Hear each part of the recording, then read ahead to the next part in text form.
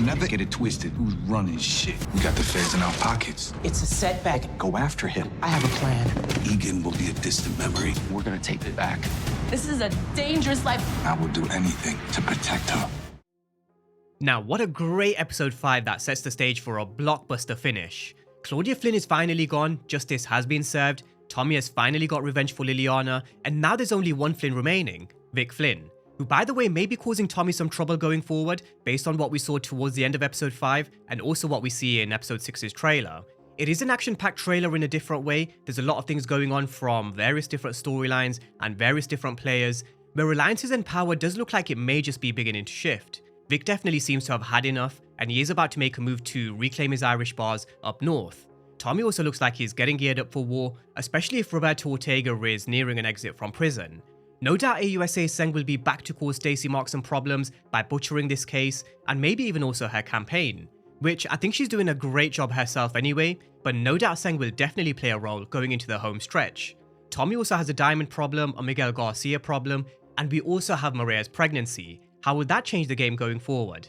A lot to be thrown in Tommy's direction in the next couple of episodes, that's for sure. But there's definitely a lot to get through, so as always, we're going to be running through the trailer scenes, as well as any scenes that match up to the trailer from previous teasers and trailers for all things episode 6.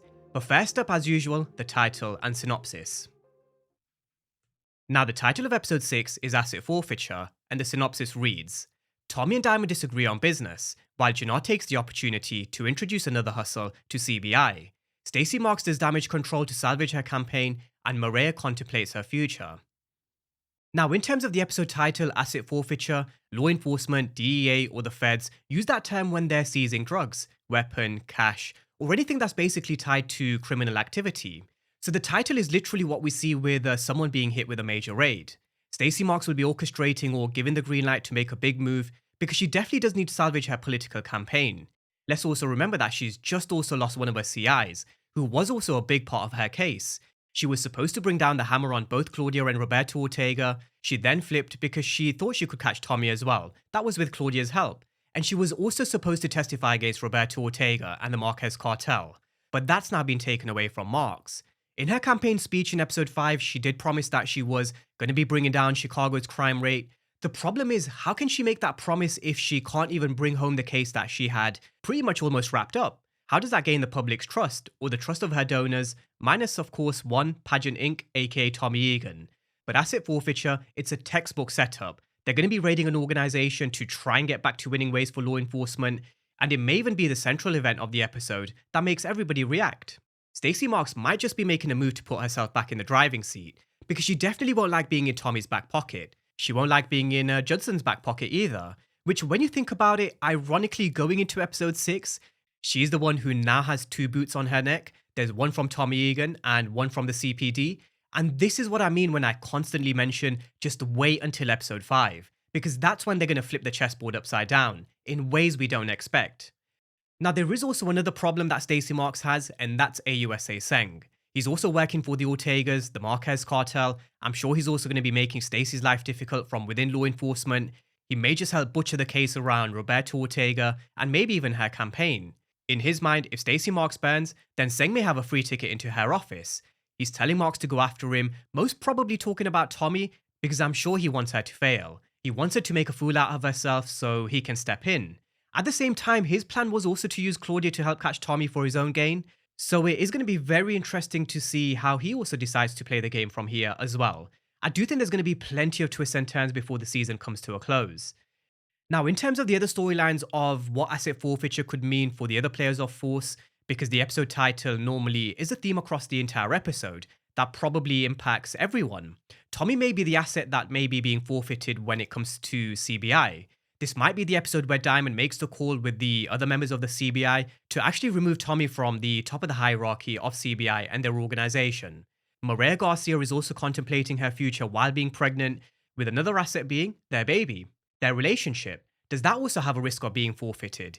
It definitely is classic power. It's a great title because it doesn't just apply to law enforcement, it works across the entire chessboard for various different players and storylines. But that's law enforcement, that's the episode title, Asset Forfeiture. With that being said, over to Tommy and Vic Flynn. Never get it twisted. Who's running shit? We're gonna take it back. Now we've got Tommy reminding Vic never get it twisted who's running shit, which may be because Vic might be questioning what's happening at the top of CBI's hierarchy, or he might just actually be getting brave. We know there was a hit on the Yardies behind Tommy's back, and there was also Jannard and Diamond strengthening their bond. Behind the scenes, we also know Vic is making moves to strengthen. And even though Tommy does mention in the trailer that he's one step closer to becoming the main Connect, we also know he will end up becoming a lone wolf pretty soon. The other problem I think is, Tommy did actually inadvertently also help Vic. By removing Alicia out the equation in episode 5, that removes Stacey Marks' leverage over Vic, and that means he's just got one boot left on his neck, which is Tommy's. We all know he made moves towards the end of episode 5, the Irish are going to be drafting in numbers from Milwaukee and New York, and they are going to be starting to regain a bit of control up north. The Irish bars that Tommy gave to the Albanians, it's time to bring them back under the Flynn's control. He wants to put the Flynn name back on the map, he wants to keep the Flynn legacy flying high, and just like I've been saying over the past 2 weeks, I would not be surprised one bit if Vic did end up getting into a position of power, because power does shift from player to player during a season of power, and with where we are at this moment in time, it does seem like it may just be Vic's turn. Whether he'll get away with it, normally I say he wouldn't, but with Tommy set to have his back against the wall with so many other problems of his own, if and when he does become a lone wolf with DMAC as his number 2, I mean, how does he actually go up against the Irish with the numbers that they're apparently going to bring? To me, it definitely looks like the balance of power is beginning to shift in Chicago. The same thing with Tommy, Jannard, and Diamond. One step closer to being the main Connect. There ain't gonna be no mistakes. Gonna push him right off that cliff. Now we've got Tommy shaking hands with someone who's supplying him with guns. As we know with something Mecha once said in Power Book 2 Ghost, if you have to stop and prepare, you've already lost. And we know Tommy's a seasoned criminal. He's always been prepared. This is a scene I played for you guys earlier on this season, just to show you how Tommy's always aware of his surroundings and how he's always prepared. It also looks like he's got his hands on Zamos' gun, and I do actually want to see Tommy's reaction to Jannard and Diamond making a move on the Yardies. Shanti mentioned that these brothers are looking out for themselves, which was definitely also said out of self-interest. She wants to cause problems, she wants chaos because chaos does also create opportunities. We also know based on the synopsis, Tommy and Diamond are going to be disagreeing on business, which is no doubt laying the foundation to, you know what, Tommy being a lone wolf, everybody against Tommy towards the end of season 3, and the knock-on effect, which will eventually lead to Tommy to call Tariq St. Patrick. So it's definitely going to start to heat up between Tommy and Diamond, that's for sure.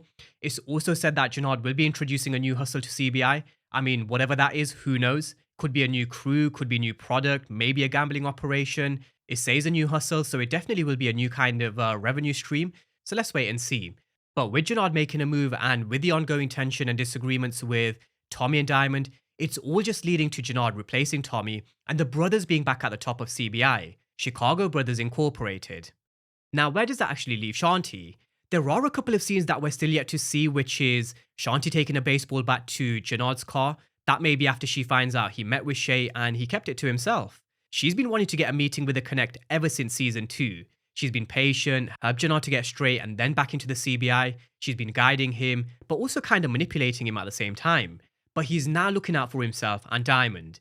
So she definitely won't be happy either. Which is why I mentioned in my breakdown for episode 5, Tommy and Shanti's interests may actually start to align at some point.